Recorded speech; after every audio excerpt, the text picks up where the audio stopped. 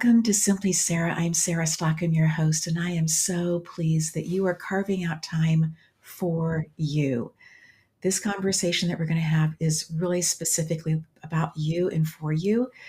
And we want to say thank you to our sponsors for allowing this, making it, supporting this to happen, to the Stegner family, to the Art of Forgiving, the artist Michelle, also to KatieIngersoll.com. Just so much gratitude.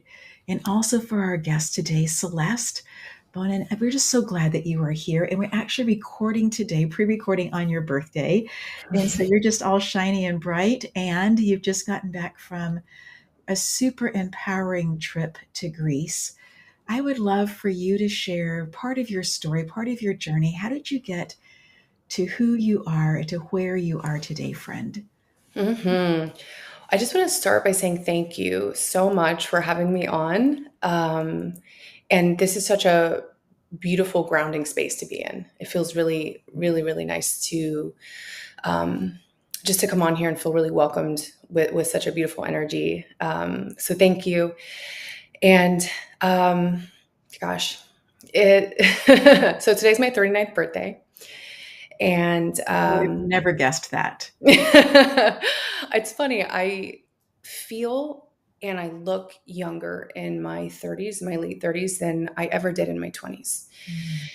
And so my career started kind of a crazy situation. I used to look at it like I was just in the right place at the right time. So when I was 23, I had been competing on the competitive bodybuilding stage for about 4 years, and fitness and sports were really my identity, and I found a lot of strength and resilience in that. And I had this opportunity to try out for the WWE, and at that time, I had started to feel that the bodybuilding stage was a little bit restrictive in terms of the vision that I had for my life. And I didn't quite know how to name that, but it felt very static. It felt like I didn't really get to exhibit this part of me. And I didn't know what that was at the time, but it kind of felt like it was a message or something from my heart. And so I had this opportunity to try out for the WWE, and I really felt like this was the thing for me that was going to help me make something really meaningful of my life. And I tried out, I got hired, and within a 3-week time frame, I moved from my home where I was born and raised, Houston, Texas, all the way to Tampa, Florida. Everything happened really fast. And I was so I think it's probably the same now as it was 14 years ago, 15 years ago. But when I was signed, I was brought on as a developmental talent. So that meant that I went to the developmental training center where I was still signed as an athlete by the WWE, but I was developmental. So I wasn't on television yet. And I was there to learn. And I was hired with zero experience. I had literally never been in a wrestling ring. I had never been on a grand stage. I had never really spoken into a microphone. So it was all very, very new to me. But I was hired because they saw something, a raw talent, something to be developed in me. And I was very athletic. And I was there for a few weeks. And at that time, WWE had an umbrella of shows, and it was Raw, Monday Night Raw, live episodic television. It's been on for 30 plus years, 30 something years. SmackDown, Friday Night SmackDown, and then they had a show called NXT, and it was a reality-based elimination show. And the first 2 seasons were all men. And so essentially they would bring up 6 rookies from the developmental program, and they would compete in all these different challenges, wrestling matches, and week by week they would get one athlete would get voted off and have to go back down to developmental. And the last man standing was guaranteed a contract on either Raw or SmackDown. So it was like a pretty big win. Huge. Yeah. And changing. Yes. Absolutely. It was why everyone was there. It was why everyone was at the developmental center for that spot. And there were other ways that you could get on television and become a main roster athlete, but this was kind of like that sure thing. And so they were gearing up, WWE was gearing up to launch season 3, and it was an all-female season.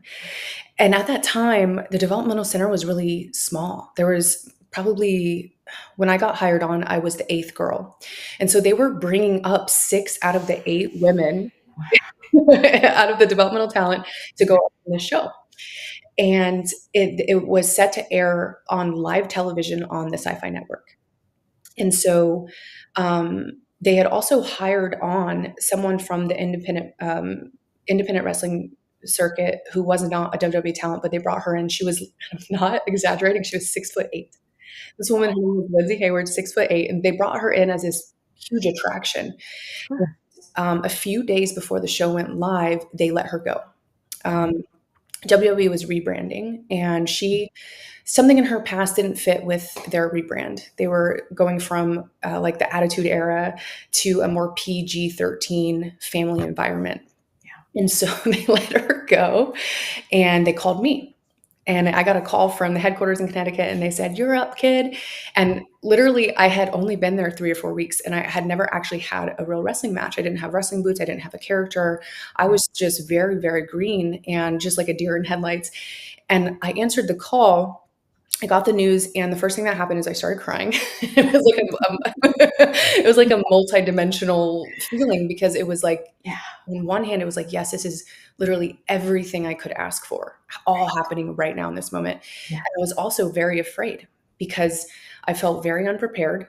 Again, it was a whole new world, and here I am about to debut on live television, and never having wrestled a match in my life.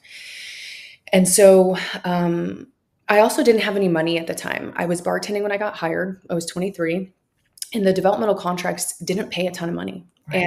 And so I literally at the time didn't own a dress. I didn't own a skirt. I didn't have any Diva clothes. The women's division were called Divas back then. So I told them, I was like, I don't know what to wear. I don't have anything to wear. And so they told me to go back to the developmental center, to the school, and they gave me $1,000 petty cash from the safe. And they said, "Go buy Diva clothes." Go figure it out. Yeah. So I got, long story short, I ended up winning that season. I was this underdog character, and I wasn't even really a character. I was just me trying to show up, give everything I had, because it was this opportunity that I knew, even at that young age, I was not willing to let it pass me by. I was just going to give it everything I had, everything I had. And I have a lot of embarrassing moments that happened on live television. They live on YouTube forever now. But just embarrassing things. I didn't really have any skills at that time in the ring, and I was very new on a microphone. And I also didn't really know myself. And then that led to an incredible 4-year career. Within the last year of my time with WWE, I held the women's championship title.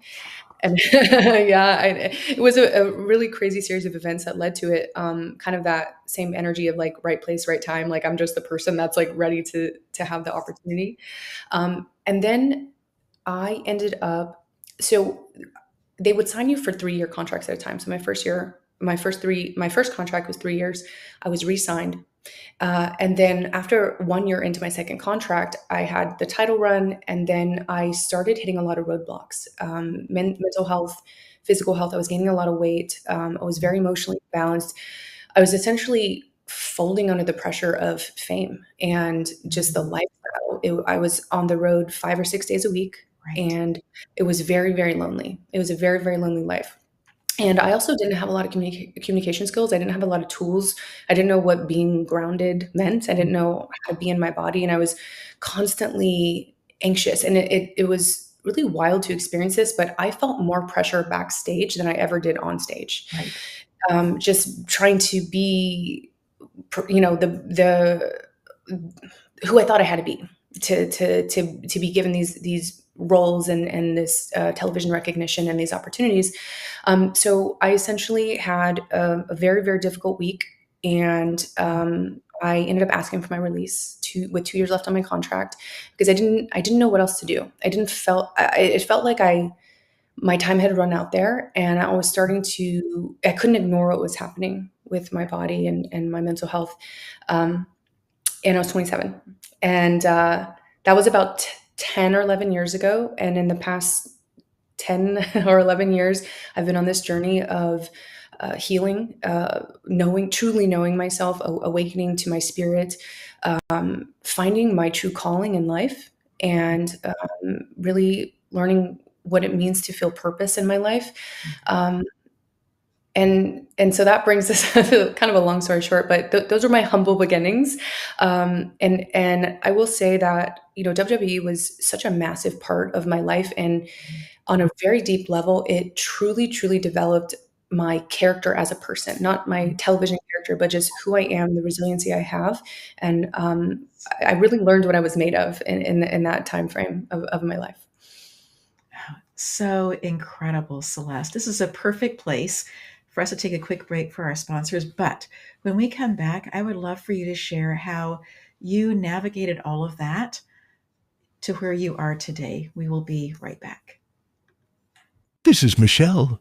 She teaches women how to forgive the people who betrayed them, not by asking them to talk about it, but by helping them express it through art. She's an art therapist and the creator of the Art of Forgiving, a class that turns emotion into expression. No therapy jargon, no pressure to explain, because forgiveness isn't about the other person. It's about setting yourself free. This is Michelle, and this is the Art of Forgiving. Are you ready to enrich and deepen your relationship with the spirit world and increase your knowledge of the shamanic journey? Then this is for you. The first step of the shamanic journey is to discover your power animal.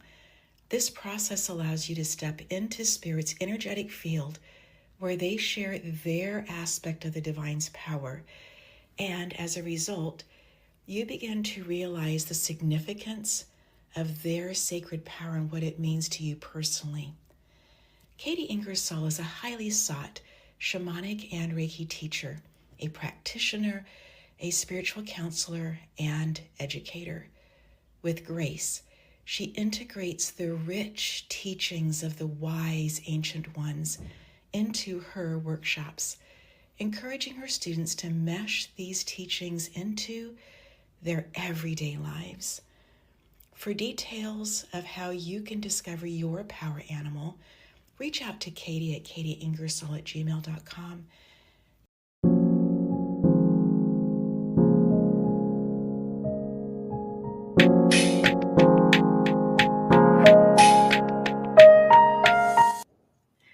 Celeste, I am delighted to have this conversation with you because I know that there is more to your story. And I have been watching how you have been helping hundreds of people, primarily women, but hundreds of people radically change their conversation with their body and their internal conversation, that mental health space. And you don't shy away from the spiritual aspect of all of this. I would love for you to share that journey over the next 10-ish years or so after leaving WWE. It's funny. I never considered myself a highly spiritual person. For a long time, in my early 20s, I was discovering being an adult and navigating the world. But when I was starting to understand that there was a lot of healing and transformation that needed to happen in my life after leaving my career with WWE. When I left, I didn't have a plan. I ended up leaving January 2014, and then I got married 6 months later. So I was engaged for a very short time to my first former husband. I've been married and divorced twice, and I didn't know what I wanted to do, but I knew that, like I was saying previously, I felt like my time there was up and I wanted to do something else with my life. And I felt like I didn't know how to handle the pressure of what I was going through then. There was also things about the way, there was things about the culture within WWE at that time, especially within the women's division, that I didn't necessarily vibe with or agree with, but in my early 20s, I didn't understand how to be a leader. And I didn't understand how to shift a tide in the culture. And so there was just a lot of things backstage that I just struggled with. And so I felt like I didn't belong, like on a deep level. And so when I left, I had this huge identity crisis. Like, am I ever going to do anything as big as this ever again? And I really didn't feel like I knew who I was. Like I said, I jumped into this marriage right away. And I also, within that 6 months between leaving and getting married, I also started a business. When I was wrestling, I would have a seamstress sew this little elastic ruching in the seam of my pants, a little booty seam, and it would scrunch up the fabric, and it would just accentuate my rear, my derriere. And I was always looking for something to help me feel more confident on television. I struggled a lot with my body at that time, my body image, and feeling comfortable on camera, because I was one of the bigger, more muscular women on the roster. And so I took that idea, and I have this big fitness and athletic background, and I wanted to take that concept and put it into activewear, into women's leggings. And at that time, 2014, it was being done in women's competition swimsuits and just swimsuits in general. And so I took that idea, and I created a new legging design, and I called it the Booty Scrunch legging. And I launched a women's legging company called Celestial Bodies. And I officially launched that business the same week that I got married. And so I was on this mission to reinvent myself. I was on this mission to find this new purpose for my life, to find a new identity, to find success on my own terms. And I had never, I really didn't have any business experience, but my first husband was a business owner, and I did learn a lot of my foundations from him, and he helped me in a lot of ways. And that business took off. It took off. It was like the rise. It was when Instagram was really, really, it was easy to grow a really big following. And I also had this, I was on television. And so I was rising in popularity. My leggings were starting to become a fan favorite. And I started having a lot of success in business. And I had top women's bikini athletes from the IFBB, women's competitors wearing my brand. They were my athletes. And I started to feel this new sense of success. And it felt like it was really on my own terms, and I was learning about business. But behind the scenes, I was still struggling with everything that I was struggling with when I left the WWE. I hadn't really done anything with it. I had started to go to therapy during all of this. And I was also struggling a lot in my marriage. And so I had this outer success. I was in the same situation as I was. I was like a pattern that was happening. I had this outer success, looked like I was on top of the world. But internally, I was crumbling. I was suffering. And that was really, even then, I still didn't understand the level of healing that I needed to go through, the level of self-connection that I really needed to feel whole inside.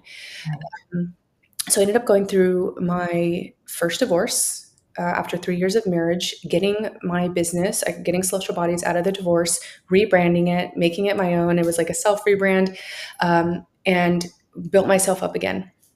And at that time, my anxiety and these emotional issues, mental health issues, physical health issues were rising and rising and rising and rising. And I started having panic attacks. I started having uncontrollable anxiety.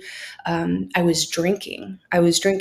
Even to a point where I was drinking on a daily basis, because I didn't know how else to quiet the thoughts that I was having. I didn't know how else to combat the anxiety that I was feeling. And again, I had overcome this divorce, had rebranded myself, rebranded my business, and I was still searching for something. I still needed something in my life. And my friend, one of my best friends, who actually tried out with me during my WWE tryout, she hated it. She went home the first day. To say this about like professional wrestling is like it's for a very specific kind of person. Like, she tried out the first thing, she's like, I'm going home. And I was like, I love it. She sent me a book, and I was still living in Florida at this time. And she sent me a book, and it was The Power of Now by Eckhart Tolle. And I read that book, and I read it again and again and again and again. I listened to it on audiobook, and every single time I read it or listened to it, I felt like it was unlocking something inside of me. It was giving me this permission to let my guard down and to detach from the voices in my head and the things that were causing such extreme anxiety for me. Right. Yeah, and so that was, I would say, kind of the beginning of a spiritual awakening for me, and an awakening to a self connection and a heart opening experience. And so that was in 2018, and I would say also 2018 was probably the hardest year of my life. I was my anxiety was at an all-time high. My hair was falling out. I was drinking every day just to cope. My relationships were falling apart. My mom had received a dementia diagnosis. It was just everything that could be happening in my life was happening. And so that book was like a godsend to me because it awakened me to something higher. It started to, I mentioned that I never really considered myself a spiritual person in the past. It started to awaken me to a spiritual path, a spiritual understanding. And around that time, I met my second husband, and we together moved to Houston. He moved back to Houston. I really wanted to move back to Texas. I was in Florida for 10 years. And around 2020, my clothing business started to fail. Social Body started to fail. And it was like this big ending again, just like I was facing with, the end of my career with WWE. And it was this big pattern. I kept noticing this pattern over and over and over again. And then I closed the doors to Celestial Body. It was very difficult. And again, I was at this point of like, who am I? And this big change in my identity. And my second husband and he was a coach at the time. He was doing fitness, mindset coaching. We started a coaching business. And I was, even towards the end of having my clothing business, I was awakening to these aspects of myself, that these aspects of myself were coming online. I was starting to open my heart. I was starting to soften. I was starting to work on these things that were really holding me back in my life from true joy and happiness and fulfillment. And during the time I was mentoring people. I was mentoring other people in the space that wanted to start a business, that wanted to be an influencer in social media. And so the transition into coaching felt kind of seamless. It was like, oh, I feel like I'm being led in this way. And so that was about 5 years ago. And since then, my second husband and I divorced. And after that, it was like this step into a whole new era and season of my life, this new level of freedom. And I was searching for these, I had clients and I was helping them tap into their self-connection, into their spirituality, helping them with mindset work, helping them transform their bodies. And I had hired a coach during this time, and she taught me a fascia-based movement system that changed my life. It absolutely changed my life. I was able to finally release some of these things that were in my connective tissue, these deeply rooted traumas, traumatic things that were creating these cycles, these patterns over and over and over in my life. And when I experienced that life-changing shift, I decided to become certified in that movement system. And it became this modality in my coaching that was like this missing piece. Yes. Yeah. And that was a few years ago. And so that brings me to what I do now. And at this point in my life, I'm a coach, a speaker, a guide.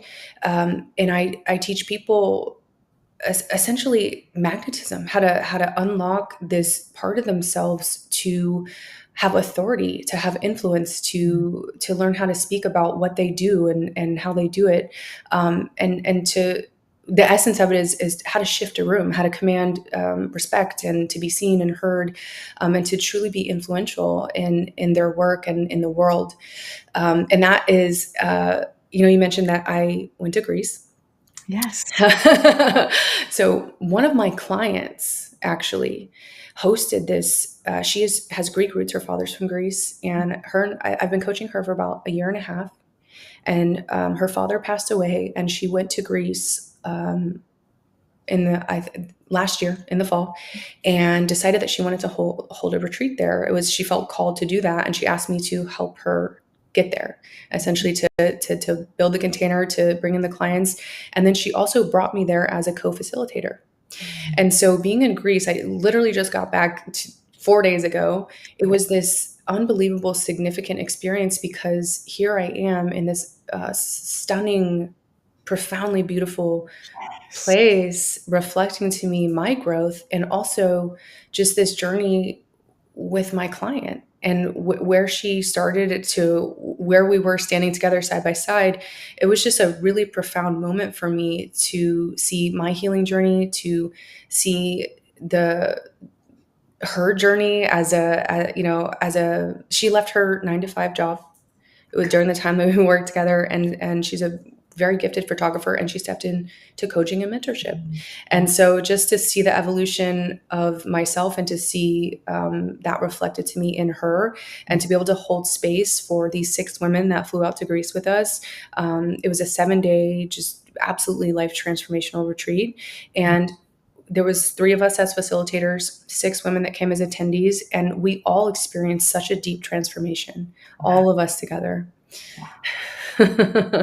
There's something about the light in Greece, and there's also something about the Mediterranean that I haven't experienced any other place in the world.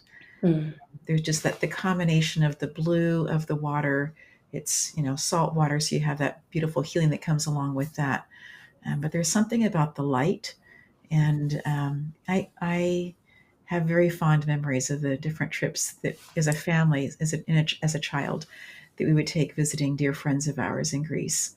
I was just so excited to hear that you would be going and doing this retreat there. I mean, what an incredible place to be able to go and be on the island and do all the different things. So remarkable. I traveled the world with WWE. I've been to 6 continents, but I've never been to Greece. And also, when I was traveling with WWE, I was, like I said, stressed out all the time. You were in the room or you were on the stage. There wasn't Yeah. playtime. Yeah. And you would really, you would perform in one city, and then you would take a shower at the arena, and then get on the bus, and then get on the plane, and be at the next hotel or the next arena. Yes. And I saw the world, but I didn't really see it. Right. Your passport has all the stamps, but your heart doesn't. Yes. Yeah, that's a really great way to say it. And so I was just so excited to go on this trip. Number one, because of what it represented to me in my career, but also just in my heart and my own evolution as a person, and to understand what it feels like to be in my body, to truly be experiencing just the beauty and the powerful energy of you mentioned the water there. It's like a hug. It's like being in the womb. There's just something that just so comes around you in such a healthy, beautiful way, and that it holds you. It allows you to be seen and to be heard and to be felt. Yes. In my experience. Yeah. So, I when I got back on Friday, I had a really grueling, I had a very, very grueling travel on the way home. And any experience like this, in my own experience, the way home is always harder. You're tired, you're ready to get home. And then I ended up having, I ended up being in Turkey for like 19 hours. So I went from Corfu to Athens, explored Athens for a day, which I was so excited to do. And so I was gone for 16 days, Corfu for 14 days, then Athens. And then I had a connection in Istanbul, and I ended up getting delayed. It was a long connection, and I got delayed. And then the flight home. So I was so tired. And when I got home, I was so happy to sleep in my own bed. And then I knew that, or I had felt like, my camera's kind of, here we go. I had felt like it was going to be a massive integration coming back just because of the expansiveness of the experience. And I was, and I am currently relating it to something as significant as like a plant medicine experience. You Mhm. know, when you have a plant medicine experience, regardless of its psychedelic or non-psychedelic, it Right. opens up something within you and it shows you Definitely. something greater, you Yeah. know, and then when the experience is over, you go back into your normal waking state of consciousness. Yeah. And then that's where your work begins, right? Like you've seen something, Yes. you've felt something greater than what you normally experience. And so when you come back to normal, and for me, that was coming back to my everyday routine, coming back to my home, it's it's in that space that you figure out how to integrate the experiences that you've had into your life to create more expansion, to create more abundance or more ease in your life.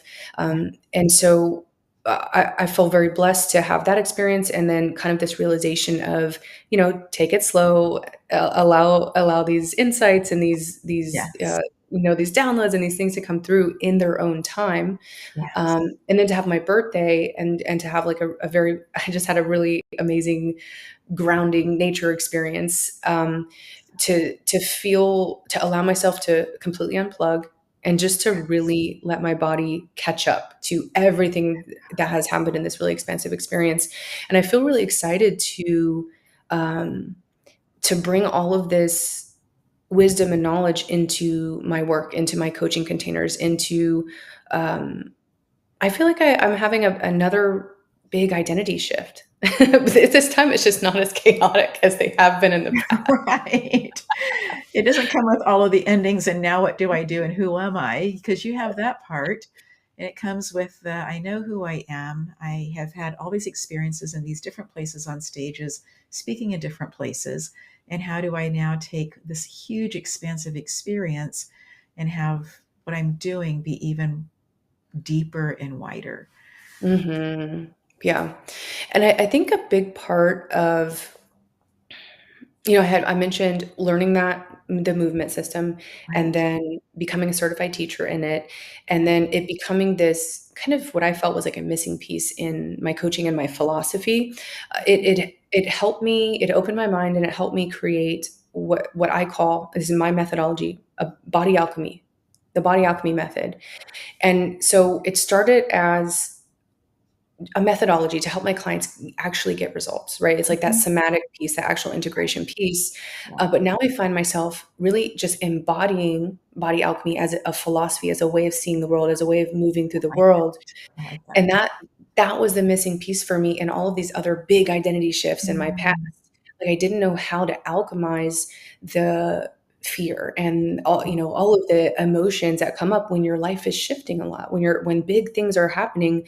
And so now I have this level of mastery within myself and this connection to my body and understanding that chaotic emotions are sometimes just a part of the process. And they don't have to lead to panic attacks, and they don't have to lead to numbing myself, and they don't have to lead to this massive destructive path in my life. It's actually part of the alchemy process. And so it helps me feel really grounded in these big transformational periods of my life. Like I said, it was, I feel like I'm going through this big identity shift right now. It's funny, before I went to Greece, one of my favorite tarot readers on Instagram, Mhm. his name is John. He had made a post. I've been following him for years, and I go to his daily readings, and they're just really powerful and they're really accurate, and they're kind of like a daily guide.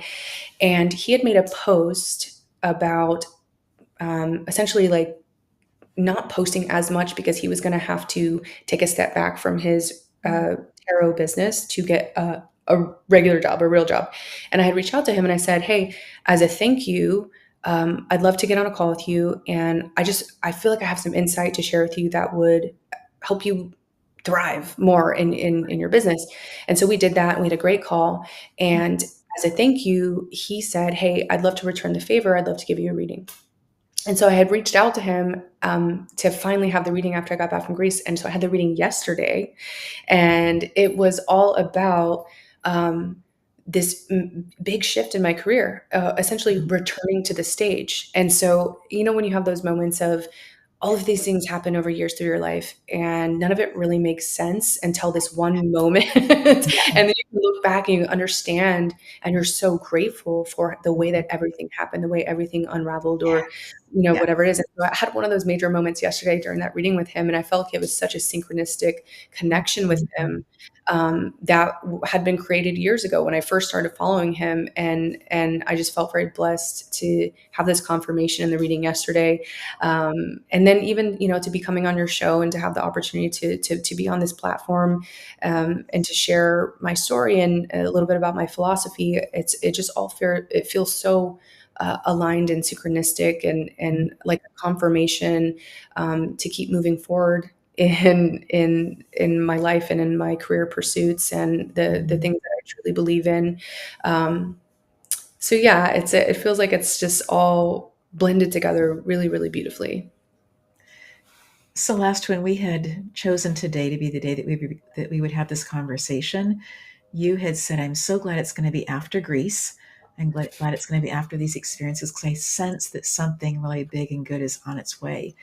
And as you talk about doing the body work and with the fascia and learning to lengthen and strengthen in different ways, um, I just keep seeing this, that you are in your work also, in your business also, lengthening and strengthening the fascia of that, right? If everything is an organism, or if everything has energy and everything is somehow held, and the fascia is the thing that holds, then it just feels like, from where I'm sitting today, that the experiences that you've had up to this point are about this expansion in your business, this expansion in the fascia of your business. Wow. Yeah. I give me a little chill. Absolutely. And it's true. It's true. And sometimes it's just harder to see for yourself in your own life So true. it's like, So true, girl. when Yes. you Preach when it. you work when you work with people, right? It's so easy to say, here, go this way, Yeah. take this step, Right. and it's just harder when it's yourself. But something that I teach to all of my clients is that your body is literally the metaphor. The work that you do within your body will play out in your business. It will play out in your relationships. It will play out in every area of your life because your body is the metaphor. So for you to say that is profound, and it's true. And it's about fluidity, right? The more fluidity you create in your body, the more freedom and space you create internally, the more fluidity, freedom, and space you create in your business, in your career, in the way that you move through the world, physically and metaphorically, and the way that you interact and move through relationships. Your body is always the metaphor. And when I look back at the way that my body felt when I was wrestling, I was always in pain. And a big reason that I had wanted to learn this movement system from my coach in the first place, Leela, but that's how we met. Exactly. Yes. I had originally hired Leela to help me learn to speak. Oh, And I had experience on a microphone, but never with my own message, right. never with my philosophy, my true message for the world. And then the more that I worked with her, I started, expanding myself and wanting more, and wanting to learn how to grow more. And so she taught me the movement system. And the main reason I want to do it is because I was in chronic pain. Right. My lower back was chronically tight, my neck, to the point where my grandmother was diagnosed with fibromyalgia when she was in her 30s, and it's a diagnosis to explain dysfunction in your body. And so I started to think, well, maybe I have something like that, because I was just so consistently in pain. And it wasn't really from the ring. It wasn't from the wrestling, because professional wrestling is such an art form. You Right. are taught to protect your body, your Yes. partner's body, Yes. and the better you are in the ring, the lighter your touch is. So, it and yeah, I got beat up a few times in the ring. You just, it's inevitable. But the pain that I had in my body was from stress and anxiety and cortisol, and just all the dysfunction in my emotions, and the things that I believed and influenced my mindset. And so my body, the way that my body felt, and I can look back 10 years ago, or, to some of my first matches, and even the matches I had towards the end of my career, even though I had more confidence in the ring, the way I held my body was the way I can read a body now. And the way I can see a body now was I had such a deep lack of confidence in Yeah. myself. Yeah. Tail I was tucked. I'm just guessing this. I haven't looked at your thing, so I'm guessing that the tail was tucked, the way that you walked, your feet, the way that your shoulders move forward. Even though you were standing tall, and being seen. Yes. Yeah. Yeah. And even to the point where, like, I really, in a sport, you want to watch your film back so you Right. can get better. I had such a difficult time watching myself back on camera because I hated the way that I moved. I Mm. hated the way that I held my body, and I didn't know how to hold my body any differently. I didn't have that connection of the way that you hold your body, influences the way you move through your life. It influences the way people perceive you. It influences, the fluidity that you can have in your life. And so just to think back at how my body felt and looked, and how I held my body as a consistent pattern and compensation, um, no wonder I had so many difficulties and so many challenges in my, my marriages and in my career.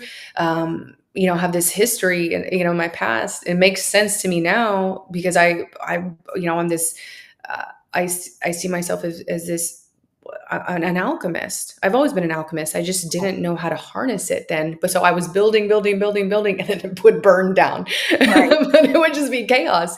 And so now I see that as this really beautiful power of alchemy and birth and death and rebirth. And it just makes so much sense now. But the way that I feel in my body now on a daily basis is night and day. It's night and day. The way that I can breathe into my belly, and just even noticing myself in a candid picture, where in the past I would just be like, oh, I don't want to see it because I didn't like the way I was holding my shoulders, or my head down, or, tail tucked. And now I see it and I'm just like, oh, it's just like I embody this philosophy, this belief, this freedom and space internally, and you can just see it in the way that I hold my body now. And so, you know, I speak a lot about my work on Instagram. It's a big platform for me, and this is one of the primary things that I talk about because I think to me now it's so obvious, but to so many people it's not obvious that the way that we consistently hold our bodies creates the same cycles and patterns, the non-serving stuff especially, over and over and over and over again. And I think that, well, this is what I know. When you see that pattern and when you make that connection that the body really is the metaphor, everything changes. Everything changes. Even if it's just a slight shift in, if someone just watches my content or they're a follower, and especially if they follow me from my wrestling days and they've witnessed my transformation. I do have a lot of wrestling fans are very loyal, and a lot of them have evolved Yeah. with me. Very loyal. But if they can take one thing away, and it's like, to have their eyes on the horizon as they're walking through the world versus looking down at the ground, and they can make that shift and notice the changes that happen, in their throat and just in their posture and the way that they feel and the confidence that they have. It's such a massive win, because when you take one tiny step and you Just have a realization, or something clicks for you, then it leads to another door, and that door leads to another door, and that door leads to another door. And so that really is my number one goal, is because I have experienced such freedom from this journey. And I went from suffering a lot of suffering.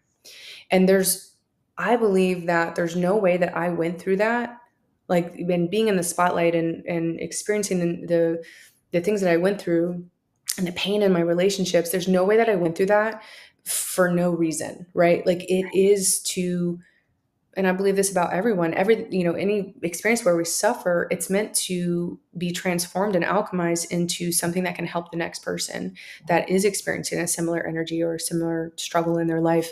And I mentioned earlier on in the interview that I was struggling for a long time to find purpose. And that feels so purposeful to know, like going through these things, and the alchemization of the process is really for others to not have to suffer as long or as intensely, and to have something that can help them create more freedom from the inside, and then to experience those reflections in their outer world. I was recently asked to write a chapter in a book, and in doing so, it was about something that I felt a lot of shame and embarrassment about. But it's a story of transformation. So I send it off to the person, Gary Barnes, who's going to be putting this whole anthology together. And I'm like, please don't accept it. I'm being obedient, spiritually obedient, get this out and put it on paper, but, please say no. And he says, this is exactly what we're looking for. And so for me, the process of working with his editor, Cher Devon, and the questions that she began to ask allowed me to go back into that experience years ago, and to be able to open up and to be able to go, oh, it's just a story. This happened so that I can be sharing with other people that if you go through this, you too can be okay on the other side of it.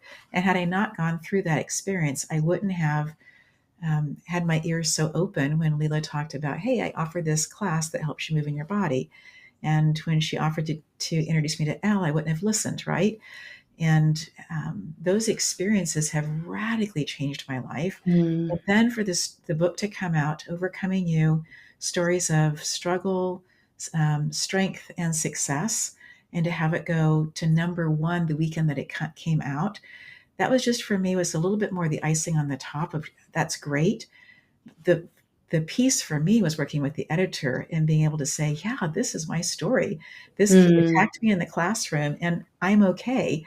And you too can be okay when really awful things happen in your life. And so I really appreciate what you're sharing here about that space of seeing that all of this can be alchemized. I so agree with you. That's why I'm sharing that part of the story. I so agree with you that everything, if we allow it, if I want to continue to live in shame and continue to bear down on it, I have the right to do that. I have the agency to do that. It wasn't serving me. It was not serving my relationships, and it was not serving my mental health either. And so that space of being able to say, yep, this happened. But to have an editor, somebody say, okay, take these parts of the story, and just was super clear. And that's one of the things I think about working with somebody who is so clear in what they do, like you. You are so clear in what you are saying and how you say it. That makes such a difference for somebody who's willing, who sees that they have agency, and who is willing to do the work. They are tired of suffering, and Yeah. they're looking for something different. And so remarkable. So I would love for you to share why the red dresses. What was that about in Greece? Because the pictures are phenomenal, and obviously you guys thought about this before you packed. Yeah. Yes. Yeah. So my client, Augustina, she's the one that has the Greek roots. She was the Yes. main host of the retreat. She brought me, and then one of her very close friends, who is also a facilitator. She works very closely with plant allies and plant ceremonies. And so Jen, her name is Jen, and she was the other facilitator. And it was Jen's idea. So Augustina had wanted to have a goddess dinner as our closing dinner to connect with the goddesses of the land there. And then Jen brought this idea of like, let's do red. We wanted something just vibrant and powerful and beautiful. And so 6 months out from the experience, we started the container, and we started having, Jen, myself, and Augustina would alternate through the months of who would lead a workshop each month to start to prepare, to create the vision for each attendee, and to start to prepare them for the experience. So while they were in Greece would actually be the real transformation, because they did all of this work leading up to it. And the energy was so palpable on that last night, and just to see Everyone looked so beautiful and stunning, and everyone was really glowing. Everyone was glowing, and every single person had their own moment of their own personal struggle in their own right during the experience, and including us as facilitators. Right. We all grew very much as guides and facilitators in the process. Here we are trying to host an experience on a foreign land. Right. And most of these women we didn't know in person. One of them was one of my clients that I work with regularly, but I didn't know any of the other women. So there was a lot of things that happened that weren't planned. And so when you plan a 7-day experience in another country, you want everything to go as planned. And so there was just a lot of growth for everyone. And on that last night, we had this 7-day experience.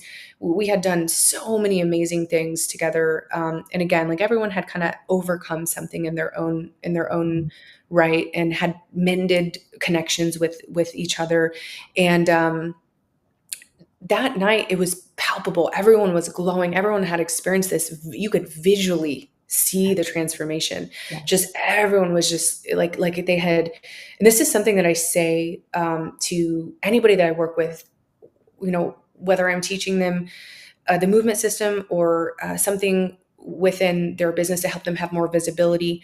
Something that I say is, I'm not teaching you something new. I'm helping you remember something. I'm helping you access a wisdom in your body, and I'm helping you access your body's intelligence. Yeah. And that's what I saw playing out. We had all accessed this deeper part of ourselves, and it was literally coming through, and our skin was glowing. And here we are wearing these beautiful red dresses that were all different cuts and styles, and, to everyone's different personality. And then to have everyone feel so confident in the way that they were posing, and the way that they were holding themselves and carrying themselves. It was just like this perfect closing moment for the experience. And I don't really know the origin of why red, but I know it was Jen's idea, and we were just on board with it.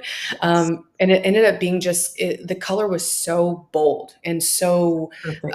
Yeah, exactly. So perfect. Yes. And I didn't own anything red. I had we all pretty much everybody bought a dress for it. And I was just like, I never wear red. And then now I'm just like, I need to get some more red stuff just because the energy of the color. I'm like, I need to wear this more. Yes. That's so good. Celeste, are there things that you would like to reiterate just for our audience to walk away with and really hold tightly? Sure. I will say, no matter where you are in your journey, whether you feel like you are just stepping into a spiritual journey or awakening the light within yourself, no matter where you are in your journey, there's always something that you can do in every moment to continue to open your body to experience more, to be more present, to be more connected to others, to be more connected to yourself, to be more connected to divinity, to be more connected to nature. And most often that shift in any moment is coming back to your body and bringing your awareness back to your body. So even if it's practicing moving your belly button away from your spine to relax your belly, or bringing your awareness all the way down into your toes, or relaxing your pelvic floor, even such a tiny shift in any moment can bring you so much closer to the joy and the beauty and the expansiveness that's always here in every moment around us. And everyone's journey is different. Everyone's journey of awakening to the light within themselves is different. But when you are able to come back to that wisdom, again, you're not learning the wisdom, you're accessing it in every moment. When you're able to access that, you start to hear and know and understand the next step for you and your story and your journey and your specific path. And so there's a deep trust that starts to happen when you come more into your body. You release, you let go, you breathe, you relax, you create space in your body. That next step is available within you already. And that is the most significant thing that I can express to anyone, regardless of where you are in your journey, regardless. And again, everyone's journey is different, so very unique and so different, but you have the wisdom inside of you to guide you to that next door, to that next step, to that next move that's going to get you closer and closer to that vision of your dream, your desires, like everything that you want in your life. It's already within you. Celeste, that was so beautifully said. Thank you so much for saying yes to come on Simply Sarah and to share your wisdom.